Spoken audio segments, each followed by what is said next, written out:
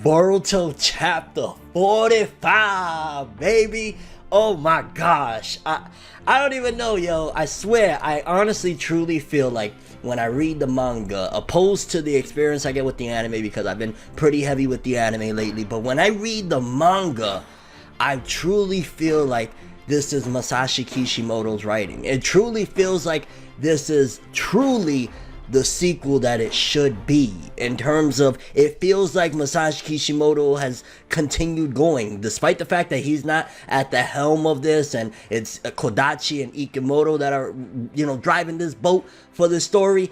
Boruto 45 reminded me yet again why I get so immersed in this story, why I rock with these characters, not the new generation per se, let's not get carried away there, but just in general, like so much of the lore between, you know, I almost called him JIRAIYA, the KASHIN Koji versus Jigen battle, the little stuff with Code and the Ten Tails, you know, just so much. Naruto having to be diplomatic and trying to talk Amado down from blowing up Shikadai's freaking head and getting intel. The story and the lore once again revisited of the Otsutsuki and their ultimate motives and goals. The fact that this chapter blew up an even bigger thing that I don't see many people talking about. I don't see that many people talking about one of the biggest factors of this entire chapter, of what it just introduced, where we're going, and an important figure that really hasn't even been shown yet. So much, like, I freaking just Boruto manga, yes. Like, there's no way you could freaking hate on this chapter, and if you do, I'm sorry, you gotta get your bitch ass the fuck up out of here. Like, yo, stop it. Nah, I'm just playing, you know, even wrong opinions are welcome here too. I know, I'm fanboying. Let's talk about some Boruto epicness, greatness, chapter 45, let's do it. I say we gonna do what we do, no matter how you move, make your move. That's how it be though. Okay, so the chapter opens up, we got the color page, and I talked about it in my spoiler video in case you missed it. I'll have it linked in the description below so you can check it out. But we got the colored cover page of Amado. Again, I gotta say that the color scheme for the cover pages sometimes are just radically like, what? Like, the art looks cool and all, but the green and I don't really care for that in particular. The cover page, the color cover page is like, whatevs, Amado, you need a tailor. You need to get some fashion sense here, I'm just saying. So point number one, I want to talk about Kawaki finding out that Amado betrayed Kara. Now you gotta think how much impact that is having on Kawaki. Like, yes, it's like, whoa, it's a big deal. Like, hey, he's trying to turn coat. He's trying to find solace in running to Konoha, because basically his life is screwed up if he tries to run back. At this point, it's either y'all accept me or, you know, I'm dying one way or another. Like, if y'all don't accept me, I'm gonna die going back. Like, so I gotta make this happen. But just imagine what that's doing to Kawaki, considering the fact that he's been for years dealing with these people, and despite the fact that Amado is starting to look more and more heroic now, opposed to, you know, minus the whole trying to blow up Shikadai's head or attempting or threatening, whatever, but, you know, he's been a menacing threat in Kawaki's life for a long time with Jigen, and I mean, you got to think everybody in Kara was just like a nightmare to him. So the fact that he is seeing this is just kind of probably blowing his freaking mind. I mean, in the chapter alone, he finds out a couple different things, that Amado's turning coat, that the reason the blimp crashed, you know, all those chapters ago was due to KASHIN Koji. Like, he allowed him to escape. So it's probably radicalizing his mind, and it's still making me really wonder, are these truly going to be the events that lead to, and I gotta always bring it up because it's how the series started, are these events, the Kara and all of that stuff, going to lead to that ending that we see? There's somehow going to be a time skip in all of this to get to that point of Boruto versus Kawaki, or is this just the tip of the iceberg, the beginning of shit, before we eventually get to that ultimate moment where karma is really being activated and Boruto and Kawaki are going at it? Because it's just like, yo, we got Naruto being a little more hardcore, and to be honest with you, that's something that I do appreciate that the mangaka of Boruto is doing, opposed to, like, honestly, if Kishimoto was involved in Boruto, I see things being different the way Naruto approached the Amado situation. First of all, I don't see him having Amado tied up in the office. I think Naruto would have been like, yes, we gotta be pure, we gotta do things. Despite, again, Shikadai's life is in jeopardy, I don't think Naruto would have been this hardcore feeling, where he's even at one point like, yo, you're making me run out of patience soon too, fam. He has him tied up, he's, you know, threatening him, saying like, yo, you try one move, it won't end well for either of us. And I like that. I don't think that Kishimoto, again, I'm not putting, because Kishimoto, like, different league than these dudes, but in terms of the way Naruto was written, I think Naruto would have been more lighthearted about the situation, not necessarily giggling and joking around, but I just don't see him being as serious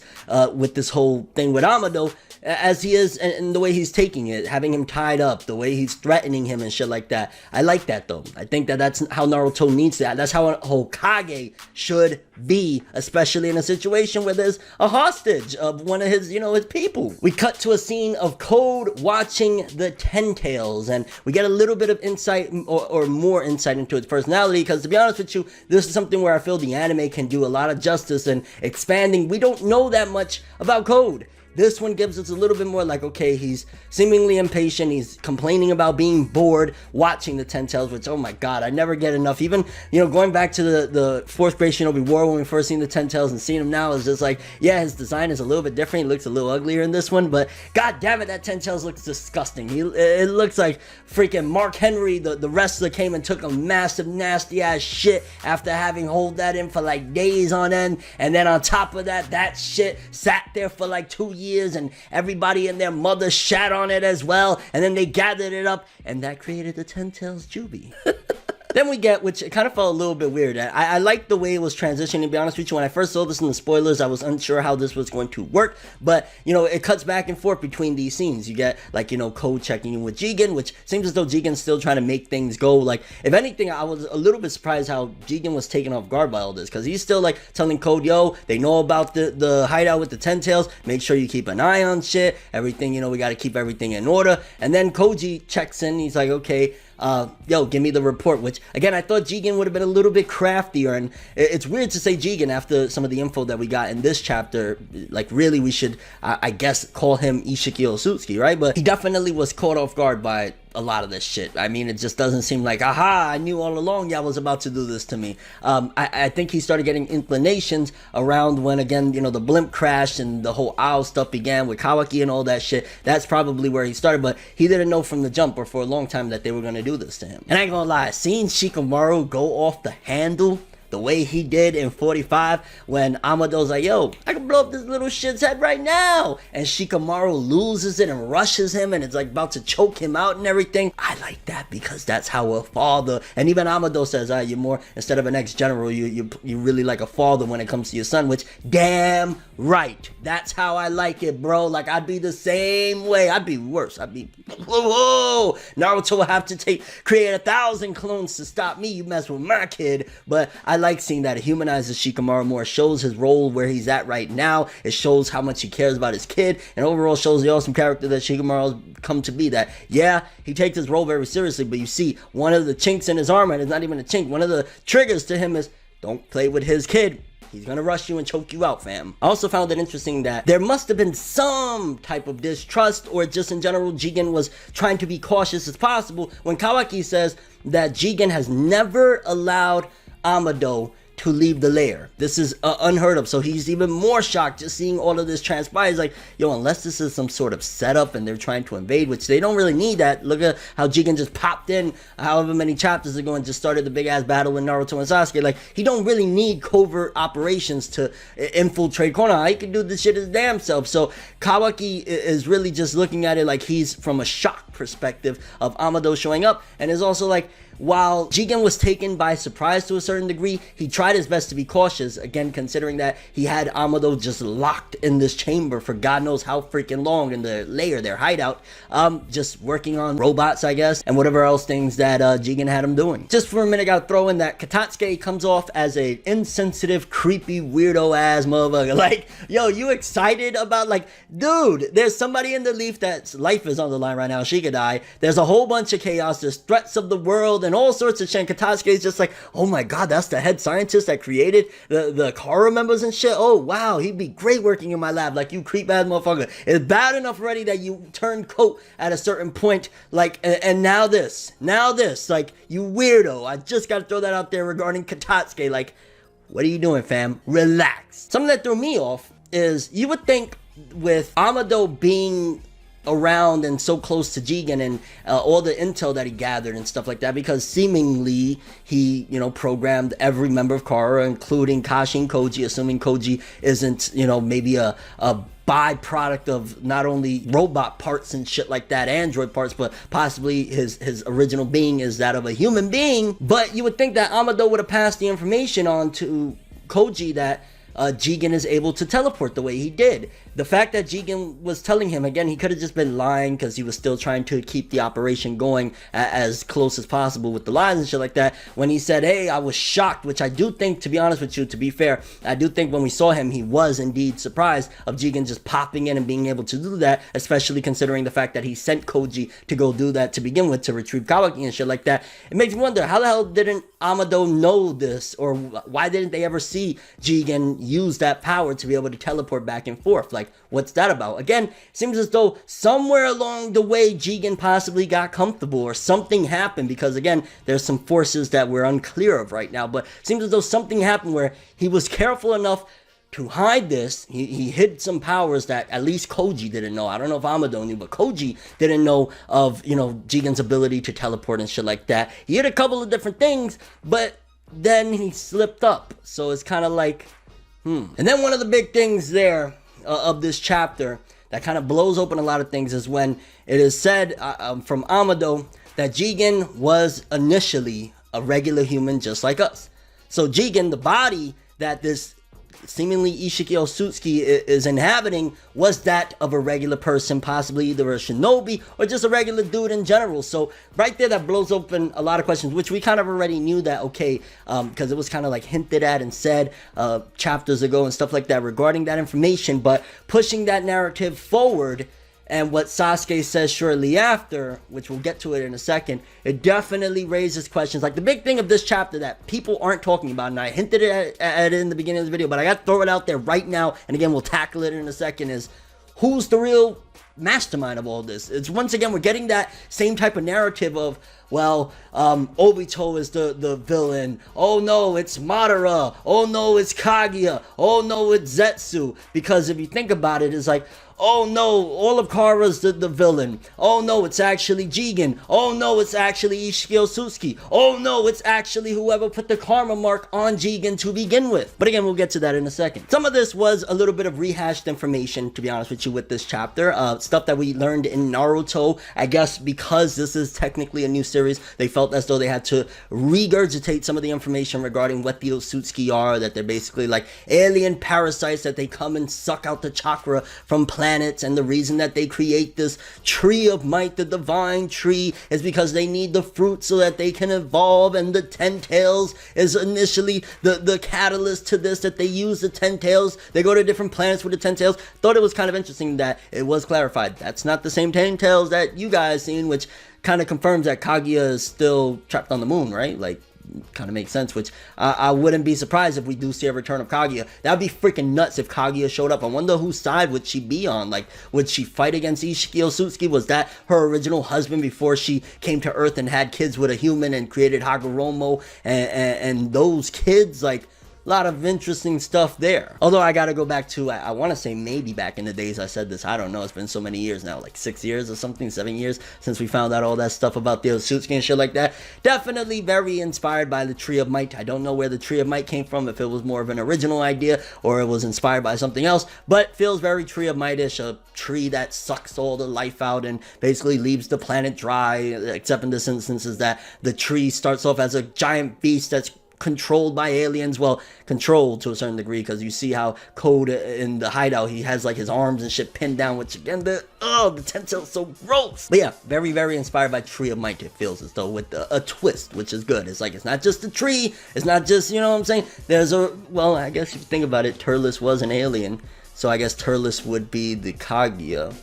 Fuck it. Nice little foreshadowing going back to when, you know, the whole blimp fell, whatever, that crashed, that had Kawaki in it, that Amado actually left the coordinates to find the hideout on purpose so that Konoha could actually find where Jigen and all these people and everything that was going on. So Amado's been working at this for a long time, especially when we find out at the end of the chapter what Koji says of why he was created to begin with. makes sense that Amado's been at this for a minute, but it also brings so many questions. Well, then if you really wanted to stop this dude, why did you create all these robots? Were you creating these robots to begin with? Was it done under duress? Like, so many questions. Why would you help this guy and then eventually want to betray him? What's up? And then what I was talking about earlier, where Sasuke basically was like, no, Jigen is not the one that's trying to harvest the divine tree. Whoever gave him the karma mark is. So you got to think, if Ishiki Otsutsuki, right? Because you got to think, if he was a normal person, he wouldn't be able to kill an Otsutsuki god. Unless we're going to go with this type of narrative, so to speak, where, okay, Ishiki somehow crashed onto Earth. He was on his last dying breath, and this guy Jigen just happened to come across him, and he said, please kill me. And then he, did it out of an act of mercy. And then Ishiki was able to infiltrate Jigen's body after the karma mark was made. Unless it's something like that, then there's possibly some other force that made all of this happen to begin with. Because how the hell did a normal person like any of us, according to the way he was explained or described, get the karma mark to begin with? Like, did he just have the strength to be able to go and kill what seemingly is like the leader of the Otsutsuki? There's possibly somebody in the shadows maneuvering a lot of this shit. Funny how we got like a Twitch stream or a YouTube live stream going on here, or IG live with the Toad. I mean, I guess with quarantine and shit, maybe this takes place post quarantine.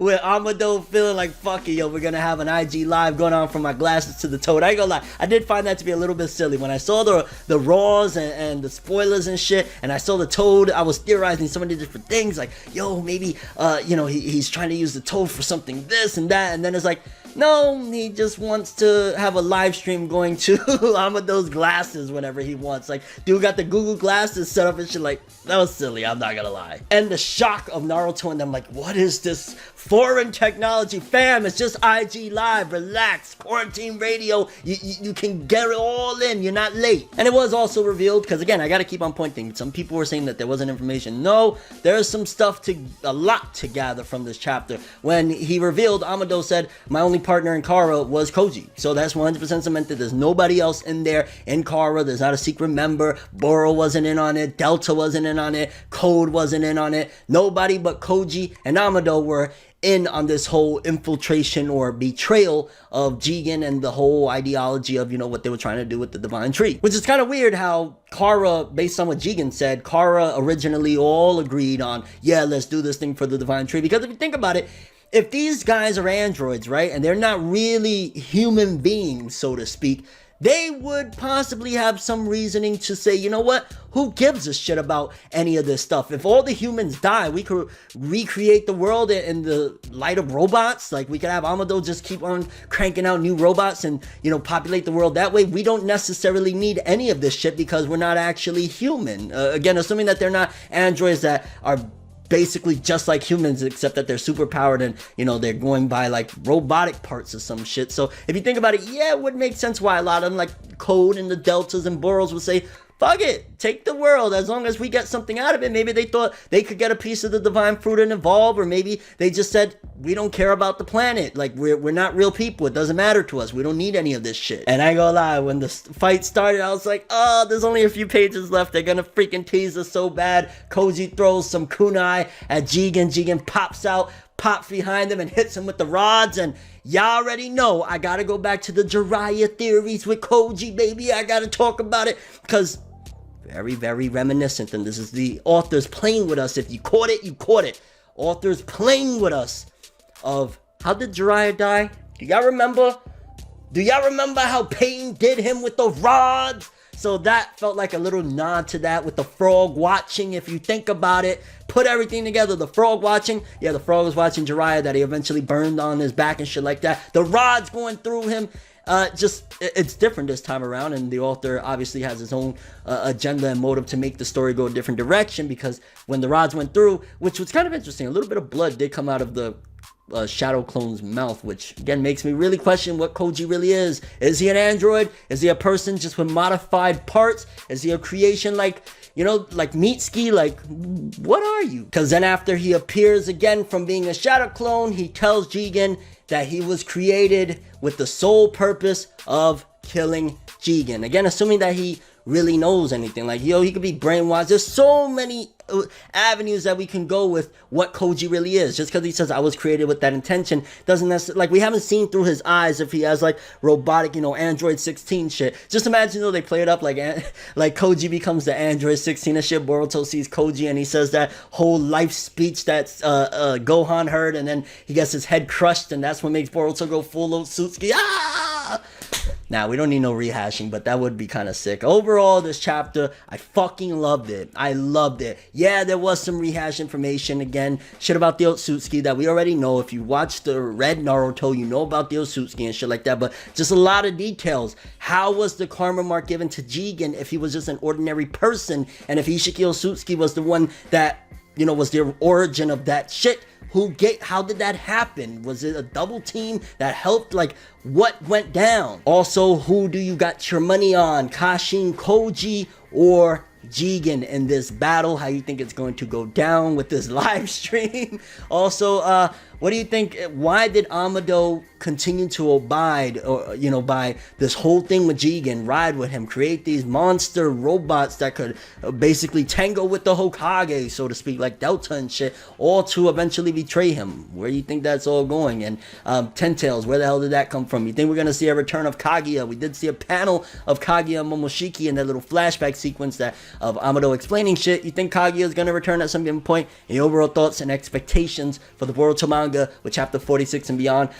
This is the one series where I'm like, yo, every month, not the one series, there's a lot of series, let me get that clear, but there's something about this. I just feel like, man, I really wish this was weekly so badly, because I really, really get excited to theorize and talk about this and just I have a blast with it. But that's all I have for this one. Thanks for watching. Hope you enjoyed. If you liked anything I had to say or enjoyed the video, drop me a like. I'd greatly appreciate it. And if you want more from me, make sure to subscribe. Follow me on Twitter, Instagram. Hit the bell to get all notifications. And if you want to follow any of my other social media, links in the description below. I'm ForneverWorld, and as always, people, have an awesome day. And remember the golden rule: anime and manga for life, boy. Have an awesome day. Peace in, and Boruto keeps on heating up further and further. Shit is crazy. Everything good always comes to an end. If you stab me in my back, we can never make amends. Trying to move to acceptance, hard to accept it. Mistakes like mirrors, gotta reflect it. I don't wanna fucking leave, but I gotta leave the maybes to the crazies. Maybe one day there I go admitting something in a subtle way. No more copies, leave without a trace. Last time, I'ma say last time. Moving on to the future, leave the memories as a pastime. Memories always feel like the worst, dating all the past, leave it in a hearse. Sometimes I wanna lie, but I don't. Why lie when truthfully you get caught in it? Then usually it's all off and shit, uncalled for shit. Now I'm off the shit. Maybe lately what I've been facing got me crazy. No, I can't take it. Maybe